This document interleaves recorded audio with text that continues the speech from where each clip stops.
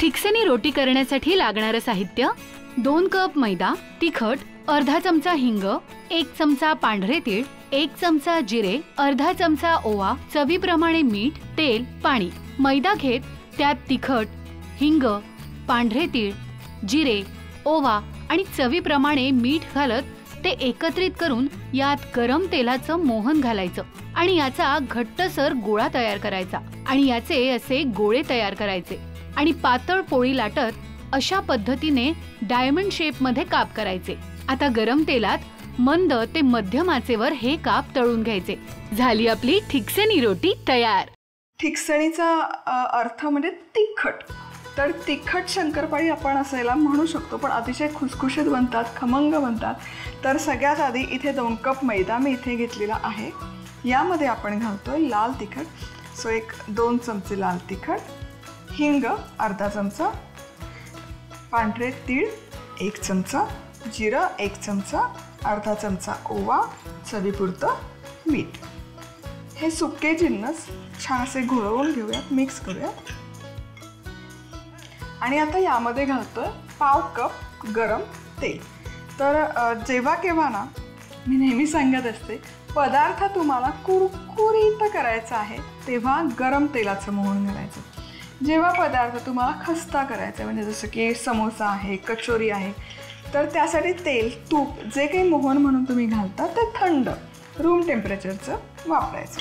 आता हे मिक्स करूयात। आता हे तेल छान असं व्यवस्थित कंबाईन झालं की यामध्ये घालूयात थोडं थोडं पाणी आणि याचा घट्टसर असा गोळा करायचा। खूप सैल गोळा नाही करायचा, हलकासा घट्टसर ठेवायचा। हा गोळा मळून तयार आहे, मस्त दिसतोय। आता 10 मिनिटं झाकण ठेवून हे मुरवून घेऊया। ठिकसणी रोटीचं पीठ इथे मी छान मुरवून घेतलेलं आहे, साधारण 15 ते 20 मिनिटं झालेले आहेत। आता हे पुन्हा असं एकदा मळून घेऊया। आता याचं ना 3 पोर्शनमध्ये आपण गोळा डिवाइड करूया। आता हा गोळा एकसारखा करून झाला की याची एक पोळी लाटून घ्यायची, जितकी शक्य असेल तितकी पातळ लाटून घ्यायची। तर हे छान असं लाटून झालं, जितकं शक्य असेल तितकं पातळ, की याचे ना डायमंड शेपमध्ये आपल्याला कट करून घ्यायचं। तर हे छान असं कट करून झालं, तुम्ही बघू शकाल मस्त असा शेप आलेला आहे। तर हे काढून एका डिशमध्ये ठेवायचं आणि मी सगळ्या इथे ना या रोटी लाटून घेते। तेल गरम केलेलं आहे। आता हे ठिकसणी रोटी यामध्ये घालूयात आणि छान तळून घ्यायचे। अगदी हाय हीटवर तळायची नाही, लो टू मीडियम हीटवर तळायची, म्हणजे ते छान खमंग तळल्या जातात। एक बाजू, खालची बाजू छान तळून झाली की हे उलटवायची रोटी आणि वरची बाजू पण छान अशी तळून घ्यायची आणि हे दोनही बाजूने छान असे खमंग तळून झाल्या यातलं तेल पूर्ण निथळून घ्यायचं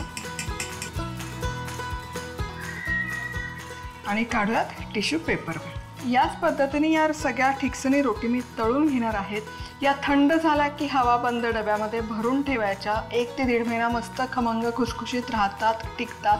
चहा बरोबर लहान मुलांना डब्यामध्ये काहीतरी देण्यासाठी तुम्ही ऑप्शन बघत असाल, परफेक्ट ऑप्शन आहे हा।